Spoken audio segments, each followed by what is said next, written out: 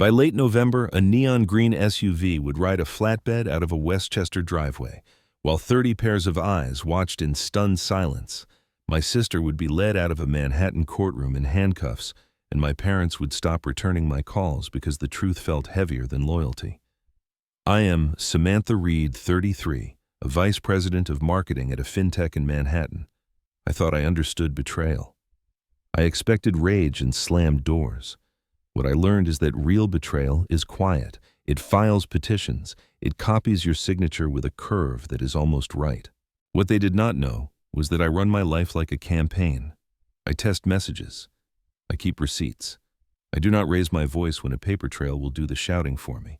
If you have ever been the responsible one who pays the bill, picks up the slack, and gets blamed anyway, tell me where you are watching from. I see you. This one is for you. Let me set the stage. I live in a glass and brick tower a few blocks from Hudson Yards because it keeps me close to the office and the river path where I run when my brain will not turn off. My job is deadlines and data brand rescues and launches, late-night war rooms, and early morning wins. The company paid me well in base bonuses and restricted stock that turned into real money during a merger. I built that outcome the long way, spreadsheet by spreadsheet, quarter by quarter. Nothing about my career is an accident. My family lives 30 minutes and a lifetime away in New Jersey. We are the kind of family that texts about birthdays and argues about side dishes. We are also the kind of family that learned to orbit one person. My sister Brooke is 4 years younger, an influencer with a ring light, a perfect laugh, and a feed full of soft filters. She has always been the golden child. I have always been the strong one. That is not a complaint. It is a map. Here is the quiet truth no one puts on Instagram. For 3 years, I have covered a stack of family expenses that looks generous when you say it fast and like erosion when you say it slow. Mortgage help for my parents, rent for Brooke, insurance premiums, a handful of childcare deposits when a brand paid her late. It averaged around $13,000 a month. I kept the transfers labeled with neat little notes, and I kept every confirmation email. Why? Because I am the kind of woman who backs up the backup. I am also the kind of woman who documents group chats. Ours is called Family Core, and Brooke runs it like a cheerful project manager. She assigns potlucks and holiday themes, and sometimes my calendar. There is a folder in my cloud labeled Years of Receipts with screenshots and CSV files because I have learned that memories are generous and metadata is not. I didn't know then how much that folder would matter. 3 other details belong in the setup, and I'm planting them here on purpose because they will pay off later. 1, my building's entry cameras are clear enough to read plates, and a neighbor's doorbell camera catches everything on our block. 2, one of my closest friends from grad school, Evan, works in compliance at a major bank. He can diagram how money moves and how it is supposed to move. 3, the small microphone I carry in my work backpack for interviews records broadcast quality audio. And on the advice of counsel, I know exactly how to use it in a one-party consent state. Remember those. I will come back to them. On the day the merger closed, I did not run to a dealership. I opened a spreadsheet. In one column, student loans to erase. In another, a fund for my parents' medical costs. In a third, a cushion for a future home because I'm a realist who dreams in line items. I told the family thread that things were going well and that I would keep helping while I built a plan. I sent that message with pride. I did not hear the timer start when it delivered. Looking back now, and you will hear me say looking back now more than once because hindsight is a ruthless editor, I can see how my reputation as dependable became an open tab. You are the strong one. You do not mind. You have the card. She is delicate. She needs help. It is easier to bend than to watch someone break. I became excellent at bending. I am not a martyr. I'm not a saint. I'm a woman who is very good at her job and very bad at saying no to the people who taught her that love sounds like please and thank you wrapped around a wire transfer. So when Brooke announced she was pregnant, I sent flowers and set a calendar reminder to order the stroller she wanted. When my parents hinted about a mortgage hiccup, I covered it with a sigh and a joke. Responsible daughters know how to make their exhaustion sound charming. There's one last piece of setup before we move on, and it matters for the legal parts later. Months before everything broke open, I had signed a preliminary offer on a loft. I love the kind of place with brick that remembers the sun and windows that make you forgive winter. Preliminary is the key word, not a final purchase, not even a binding contract, An offer with contingencies still in negotiation. I mention it because someone else would later pretend I had already handed it over. We will get there. So that is me. Samantha, 33, Manhattan. A career that looks shiny and is built on caffeine and courage. A family I love that learned to lean on me. A sister who can turn attention into income. A folder of receipts that will one day become a survival kit. An entry camera, a compliance friend, and a microphone that will do exactly what I need it to do. What they did not know, what they could not have guessed, because they had never seen me without the habit of yes, was that my kindness had a boundary. They just could not see it until they ran into it at full speed. In a moment, I will take you back to the beginning of the pattern, so you can understand how easy it was for them to believe they could erase me with paperwork. We are going to move through the years quickly. I will show you the jokes that were instructions and the favors that became policies. Then we will follow the breadcrumbs, small, boring, undeniable, and you will see how suspicion turns into certainty. Stay with me. This is important. I was the responsible one before I could drive. I was the kid who packed extra snacks for the field trip because someone would forget.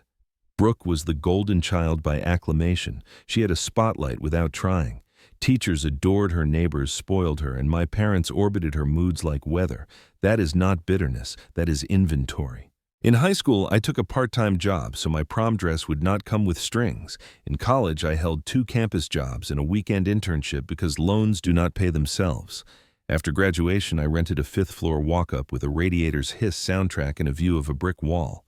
I built a life out of grind and Post-it notes. Brooke built a following. She posted sunrise yoga and oat milk lattes and captions about manifesting. Brands started sending products, then checks, then expectations. Looking back now, I can see the moment generosity became policy. My parents had a mortgage wobble one winter. They asked if I could help for a month. Of course. Then another month. Of course. The amount was around $7,500, which sounds absurd unless you have stared at New Jersey property taxes, in which case it sounds familiar. I sent it with a joke and a heart emoji because responsible daughters know how to be cheerful when money leaves. Brooke moved into a glassy building with a concierge and a framed neon sign in the lobby. She called it an investment in her brand. The rent was roughly $6,000. When a collaboration paid late, she asked if I could float it. I said yes. Again. If you open a tab with me, I will keep it neat. I labeled every transfer with a precise note. Mortgage, rent, insurance, childcare deposit. I put the receipts in a folder. I never asked when the tab would close. Here is the emotional math we never wrote down. My parents worried that saying no to Brooke would crush her momentum. They believed my stability could absorb the shock. I believed it too. I was the shock absorber. I would bend so nobody had to break. It looked noble. It felt normal. It was neither. There were smaller withdrawals that never hit a bank. Holidays were planned around Brooke's filming schedule. Family photos were reshot if her side lighting was wrong. If I brought someone I was dating to dinner, he became a topic in the family thread without me. I learned to arrive early, to set up, to stay late, to clean up, and to make myself smaller when the moment asked for me to be big. Looking back now, I can point to a dozen tiny scripts that wrote the future. When Brooke crashed my car in college, the running joke was that I am better with paperwork, so I handled the claim. When her first lease application came back thin, the joke became that I have better credit, so I co-signed just to get her started. When a brand offered her a content deal that required a luxe vehicle in the backdrop of a campaign, she pitched it like a business decision. My small LLC could secure a corporate fleet lease with better terms, she said, and she would be a permitted driver. We framed it as safety and reliability because those words go down easy. I said auto pay out of habit. I told myself I was supporting her growth. I didn't ask who was supporting mine. If you are keeping score, 3 years of this averaged around $13,000 a month. That is roughly $468,000 before taxes and before the hidden costs of always being available. I could afford it. That was the point everyone used as permission. You can afford it, Sam. You are the strong one. You do not mind. I minded quietly. At 2 a.m, staring at a spreadsheet after a product launch, I would wonder what it might feel like to be the person other people protect. Then I would set another transfer and make another joke in the family thread, and the feeling would pass like a small weather system. My parents never called it favoritism. They called it balance. They would say, Brooke is creative and you are practical. You know how to navigate forms and fees. She needs support to get her ideas off the ground. And you, Sam, you are so good at taking care of people. They meant it as praise. I wore it like armor until it turned into weight. There were wins that were mine alone. I built a career in Manhattan that did not rely on anyone's approval but my own. I led teams through product pivots and brand crises and came out with results that made executives clap in rooms where the coffee had gone cold. My compensation grew. Base, bonus, restricted stock that converted during a merger. It was not magic. It was many slow Saturdays at my laptop and a tolerance for stress that would make a yogi cry. When the merger hit and my stock turned into real money, I did exactly what you think I did. I paid off my student loans. I set up a fund for my parents' medical costs so I would not have to watch them choose between a specialist and a vacation. I put aside a down payment cushion because someday I might want to wake up in a room that holds morning light. I did not announce the number. I did tell the family thread that I would keep covering what I had been covering while I figured out a long-term plan. I meant it. I thought I had time. Looking back now, and this is important, I can see how my silence trained people. I did not set terms. I didn't say this ends in 6 months. I didn't say this is a loan. I did not say this is a gift, and gifts do not multiply on demand. I said, of course. I said, no problem. I said, I will handle it. Those words add up. They form a contract no one signs and everyone enforces. Brooke's entitlement did not start as malice. It started as comfort. If a deliverable slipped, she called me to smooth it with a friend in PR. If a deposit lagged, she called me to bridge it with a transfer. If a brand wanted a bigger backdrop, she called me to upgrade the lease.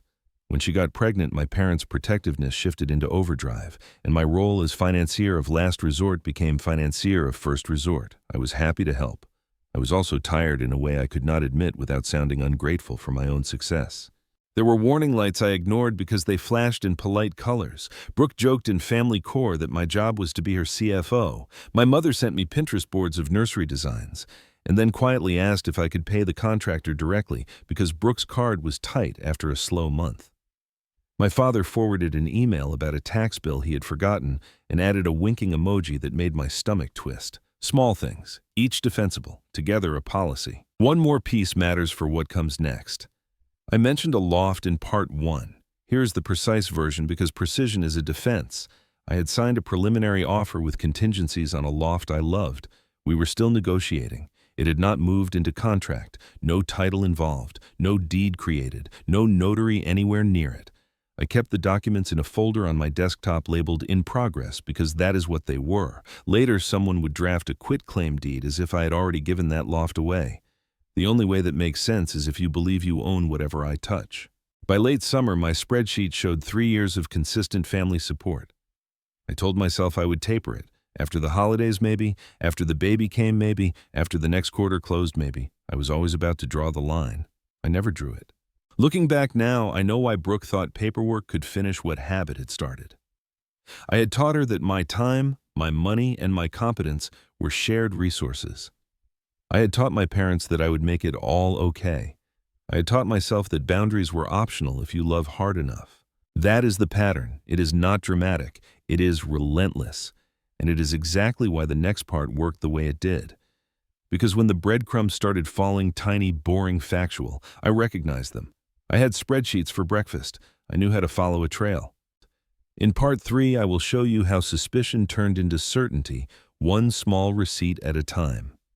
We are going to move from odd bank alerts to a doorbell camera, still from a friendly visit to a sentence spoken in a hospital room that changed everything.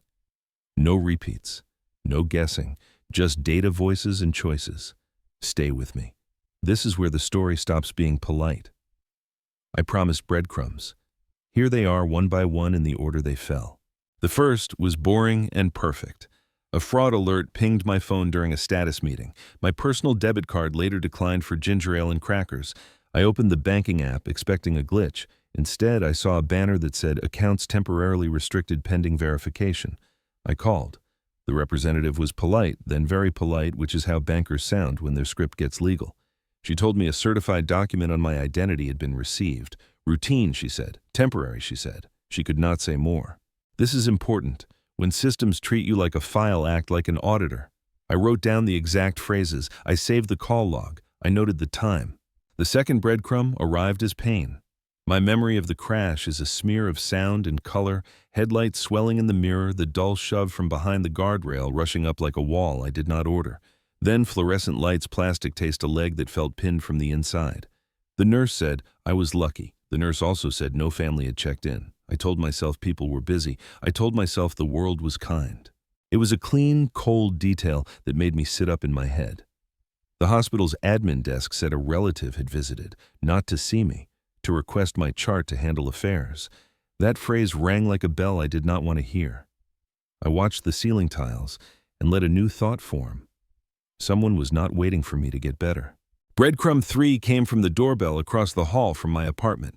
My neighbor texted a polite, worried note in a 15-second clip.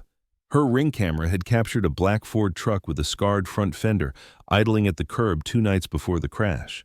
The timestamp matched the hour I had walked back from a second viewing of the loft.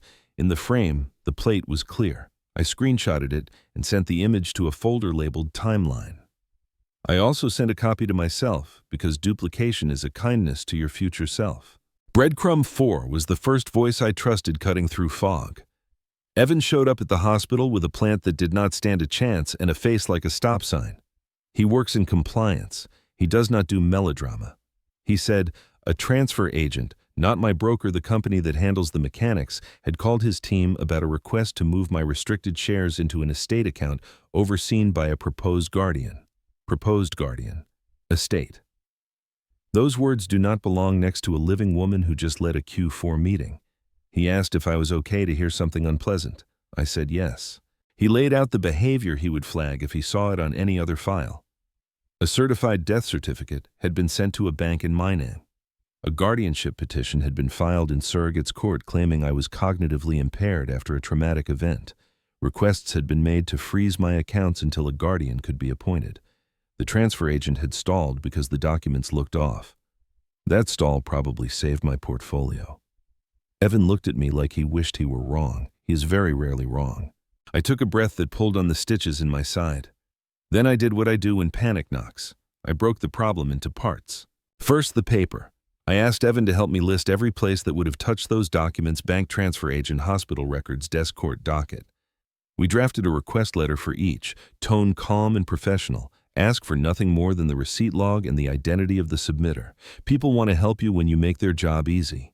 Second, the record. I knew New York is a one-party consent state. I knew that because I work with interviews and because I do not gamble with technicalities. To make sure, I asked a colleague to connect me with an attorney she trusts and made a 10-minute call from my hospital bed.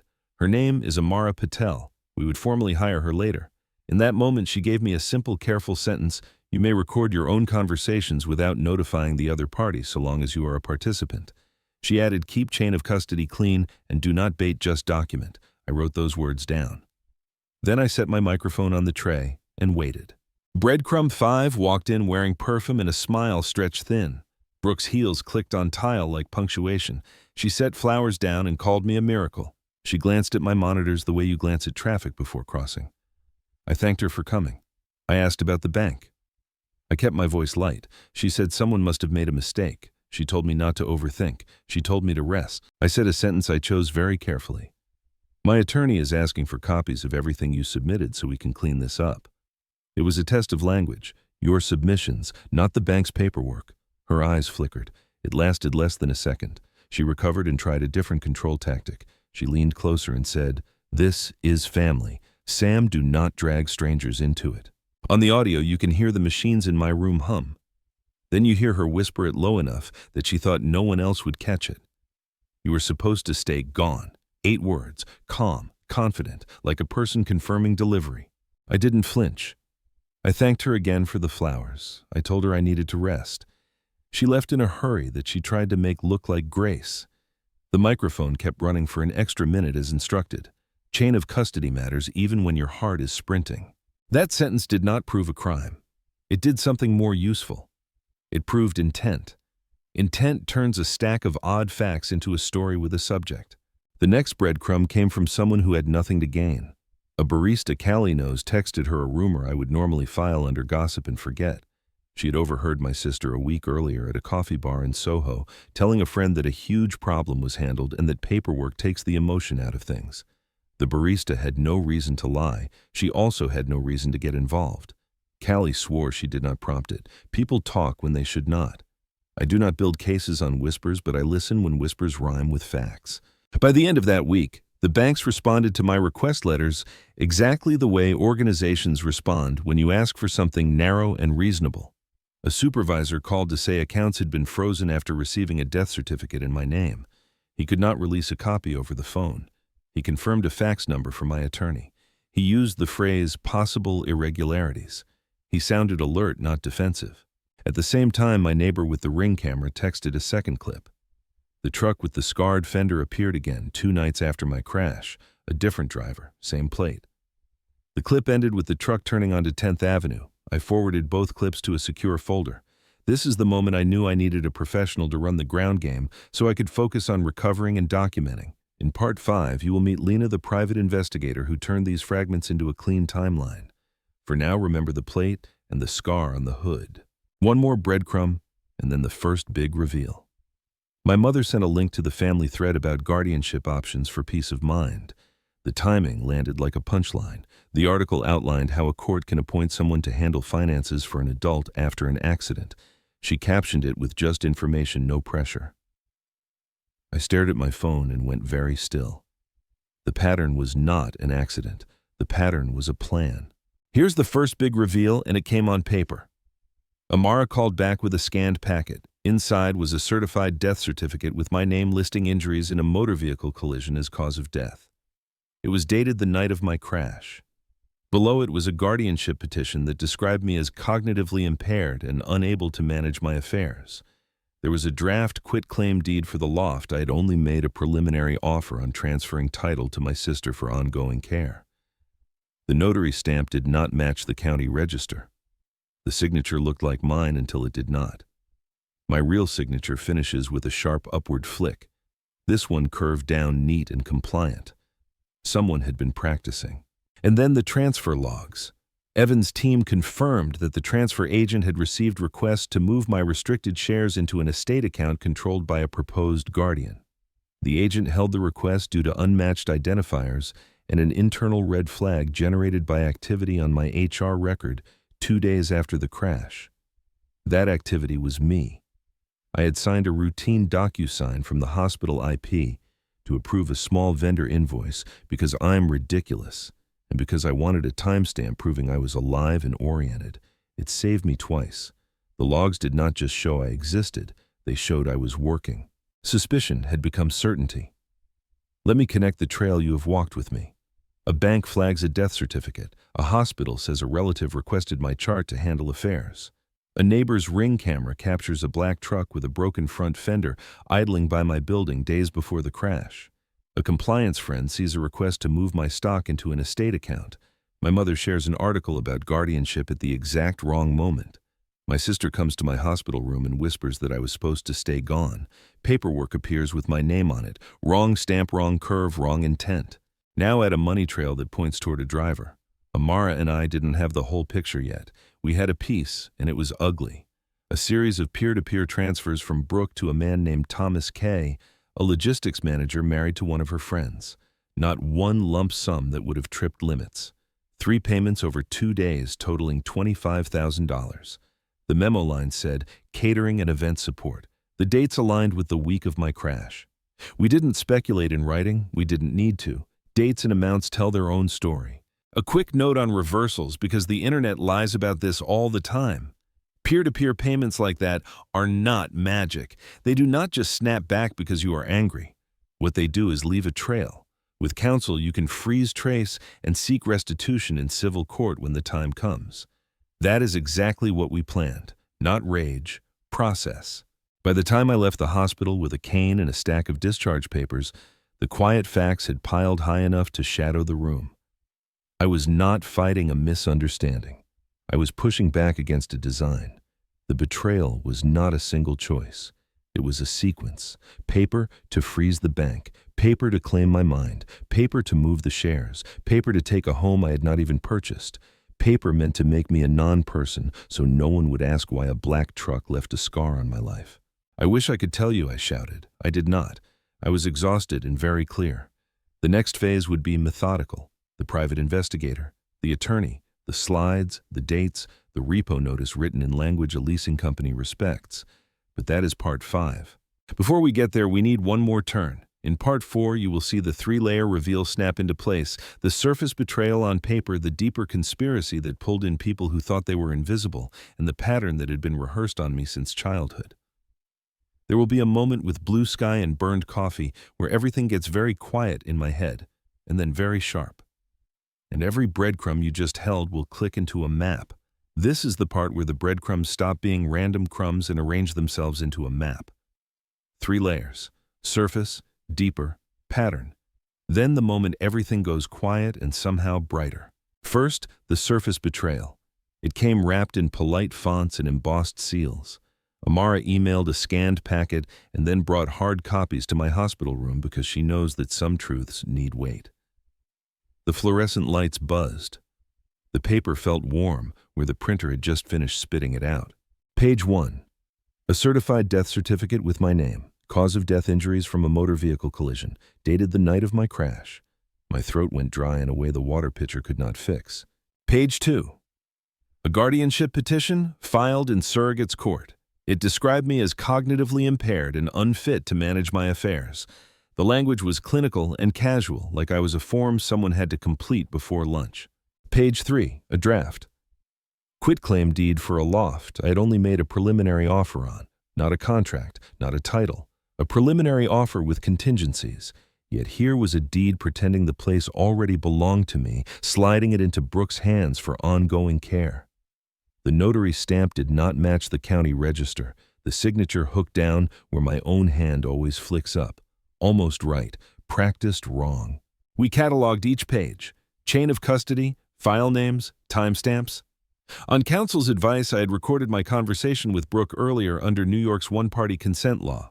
Amara verified admissibility and built a log device used time started, time ended, storage location hash. No drama, just process. Then the deeper layer. It smelled like wet asphalt printer ink and burned coffee from the hallway pot.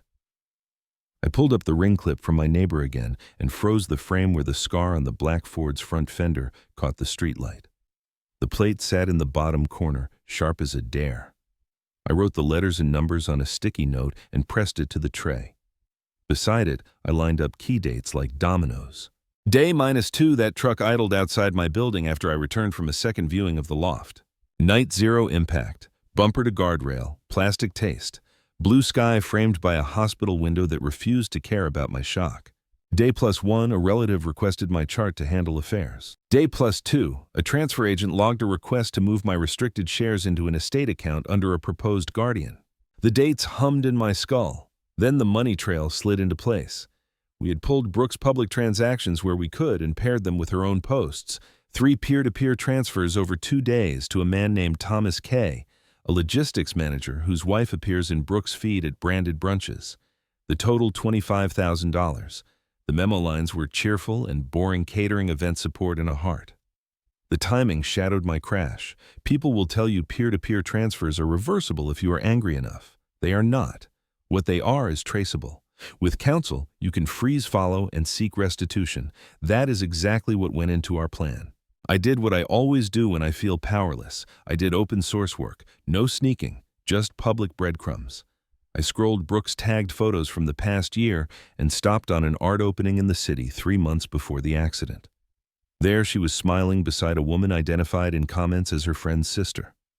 A little digging and a public LinkedIn profile later, and that sister's last name matched Thomas's. Circles close when no one expects you to draw them.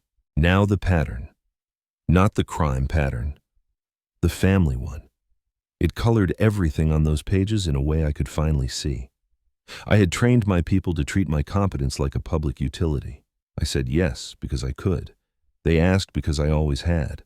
I carried the mortgage wobble. I floated the rent. I co-signed the glossy car lease through my small LLC for safety and reliability words that had tasted so reasonable. I kept autopay running because that is what responsible women do. I documented every dollar because that is what marketers do. The contract of our family was never signed. It was spoken in small favors until it sounded like law. So when the paperwork arrived to declare me dead on a weekday and incompetent by petition, it did not land in a vacuum. It landed on years of yes. It assumed I would bend one more time, just a little farther, until I snapped. I was done bending. Here is the sensory snapshot I still carry. The sky outside my window is ruthless blue, as if a graphic designer dialed saturation up to prove a point. The coffee down the hall has that singed smell every hospital has at 3 in the afternoon. My leg throbs with a pulse of its own. A maintenance cart rolls past and leaves a line of clean that smells like citrus and bleach. I look at the tray in front of me, sticky note with a plate number stack of counterfeit pages, a timeline list in my own sharp handwriting, and my mind goes quiet. It is the kind of quiet that feels like standing in fresh snow before anyone else has stepped there. I'm not guessing anymore. I am measuring. That is when I decided to convert survival into strategy, not rage, not spectacle. A plan with chapters and calendars. Chapter 1 would be about paper, pushing back on paper. Amara would file motions to freeze the freeze, to dismiss the guardianship petition, and to refer the forged documents to the proper authorities. Not a courtroom speech, a stack of precise filings. Separate from the civil filings, she would prepare a referral packet for law enforcement to consider criminal charges related to the forged certificate and the crash. Different lanes, clean lines, no sloppy overlap between civil and criminal matters. Chapter 2 would be about timelines built from facts I could prove.